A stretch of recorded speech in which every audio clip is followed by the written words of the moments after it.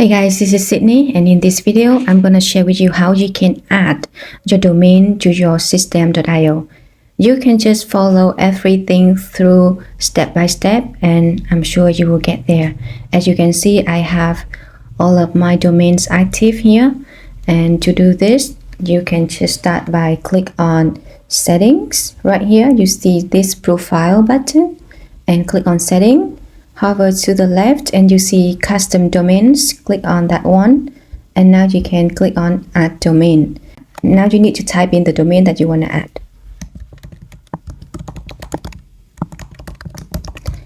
Here I have my domain name viraldigitalstore.com, and click on save. Now you will see it will show you the DNS configuration for our domain, and you can click on this article to learn how to set up a custom domain. But it can be unnecessary when you are watching my video.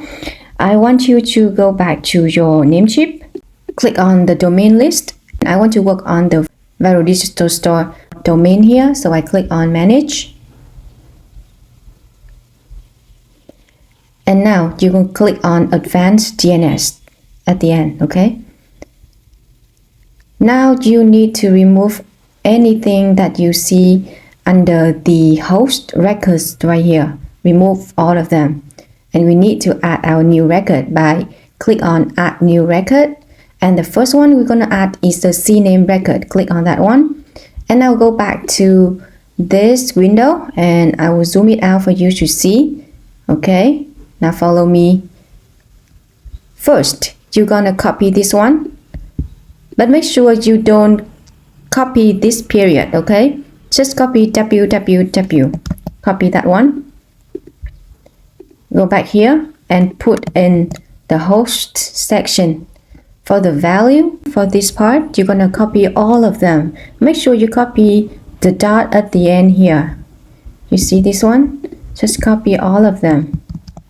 Okay, and paste it here and click on this save button. Now click on add a new record. Again, find CNAME record. For the host, let's go back here. We go to the second line and make sure you copy before this dot, okay? Not copy that, just from the beginning until this part, okay? Copy all of this. Then go here and drop on host. For the value, you go here and copy all of these. Make sure there's a dot at the end here. Copy all of them. Go back here and paste it in. Then click on this save changes. Okay, now we already add our CNAME record. Now we need to add an alias record, and it is also really simple. I want you to go back to Namecheap and you click on add new record, and now you see the alias record. Click on that one.